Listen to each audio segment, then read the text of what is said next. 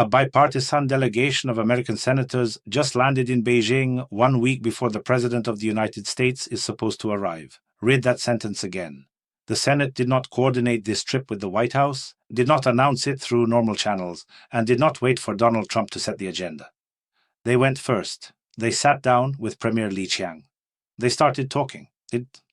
And the man at the top, the man who built his entire foreign policy on the idea that he alone negotiates with Beijing, found out roughly the way the rest of us did, by reading about it.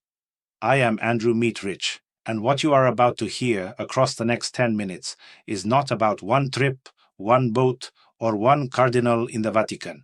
It is about a single pattern. The president is losing control of the actors around him.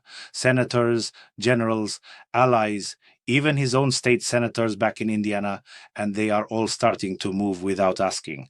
Plus, why a French nuclear carrier is suddenly steaming toward the Strait of Hormuz, what Trump told a press pool about smashing 159 Iranian ships into the ocean floor, and why 5 Republicans in Indiana just lost their seats for telling the president no. Hit subscribe. The algorithm punishes me when you watch and do not click. Let us begin. So, the Beijing trip. The delegation was led by Senator Steve Daines, a Republican, on his second visit to China since Trump returned to the White House.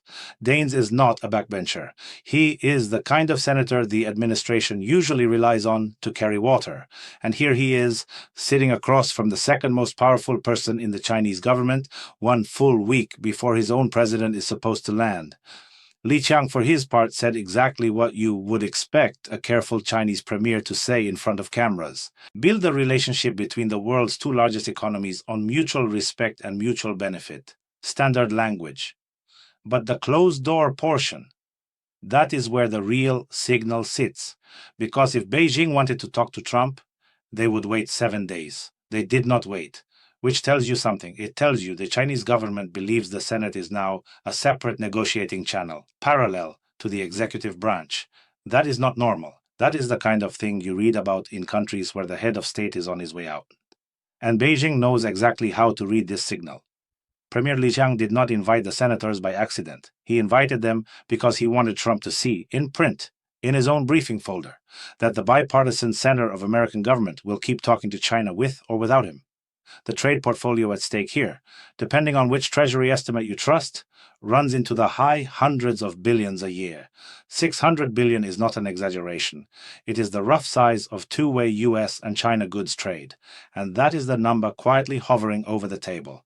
Now, speaking of countries that have stopped waiting for Washington, France just redeployed the Charles de Gaulle, its only nuclear-powered aircraft carrier, to the Red Sea. Paris is preparing for a possible operation to reopen shipping in the Strait of Hormuz, and they plan to do it jointly with London, not with the United States. President Macron emphasized that the mission is purely defensive. He also said opening the strait would help advance negotiations on Iran's nuclear program. Read between the lines. France and the United Kingdom, 2 of America's oldest treaty allies, are quietly building a parallel maritime operation in the most strategically sensitive waterway on the planet, and they are not asking the Pentagon to lead it. They are letting the Pentagon watch. The financial consequence is the part that nobody in the press is connecting. Roughly 20% of global oil passes through Hormuz. If Paris and London open it without American leadership, the next time there is a price spike or a tanker incident, the calls do not go to Washington first. They go to Paris, the dollar's role as the implicit insurer of global energy traffic. That is the thing being quietly relocated, 1 carrier at a time. But here is the part nobody is talking about. Donald Trump went in front of a press pool this week and declared that very good talks with Iran are happening, that a deal is quite possible, and that if a deal is not reached, strikes will resume with greater intensity. Then, asked why Iran has not capitulated, the president offered a description of the conflict so specific that it forced fact-checkers to work overtime. He said Iran had a fleet of 159 ships. He said every single one of them had been smashed to pieces and now lies on the ocean floor. He said Iran had an air force, many planes, and that those planes are gone too. The problem is the math. Iran's actual navy, on its best day, has fewer than 100 patrol vessels and frigates combined. Independent damage assessments after the Iran war put losses in the dozens, not in the 150 range, which means one of two things. Either the president is being briefed numbers that nobody else has, or he is improvising in front of a microphone about a war his own commanders just fought. And here is the kicker. The markets did not move, oil did not spike, defense contractors did not rally. The traders who actually priced these conflicts looked at the president's statement and decided it did not contain enough new information to act on. That is what loss of credibility looks like in real time, not a headline, a flat chart. And now, this is where it gets really interesting. Secretary of State Marco Rubio just flew to the Vatican on a reconciliation mission. The job: smooth out tensions between Washington and the Holy See after Donald Trump publicly attacked Pope Leo XIV.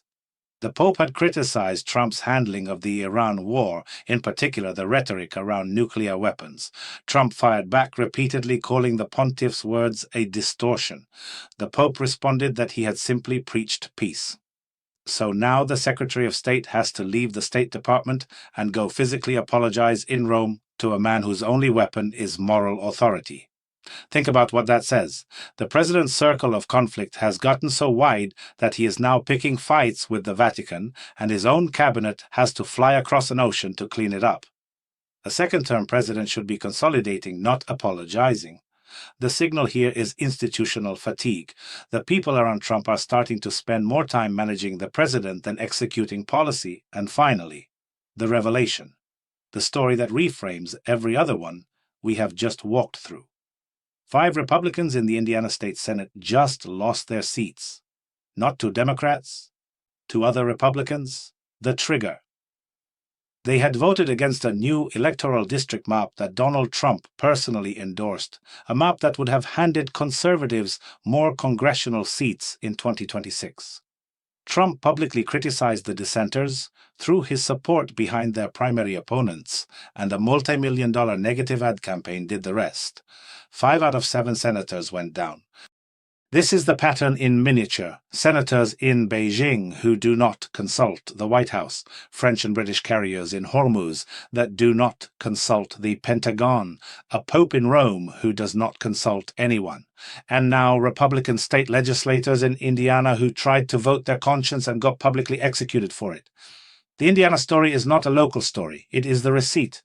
It is the president saying, on the record, that loyalty is the only metric, and disagreement, however principled, is grounds for removal. Which brings us back to where we started. Senators on a plane to Beijing. They watched what happened in Indiana. They saw the price of waiting for permission, and they decided not to pay it. If you have made it this far, hit the like button. Comments and likes are how YouTube's algorithm decides whether the next person sees this video, so when you leave a thought below, you are literally helping someone else find the analysis. If you want to go a step further, the channel runs on super thanks and channel sponsorship, and that support is what pays for the research, the fact-checking, the cross-referencing of competing sources. None of this writes itself. Independent reporting takes time, and the time is paid for by viewers who decide it is worth funding. Tell me in the comments which of these 5 stories you think matters most a year from now. I read the comments, I respond, and I take the smartest ones into the next script. Thank you for being here. Thank you for taking news seriously. We will do this again tomorrow.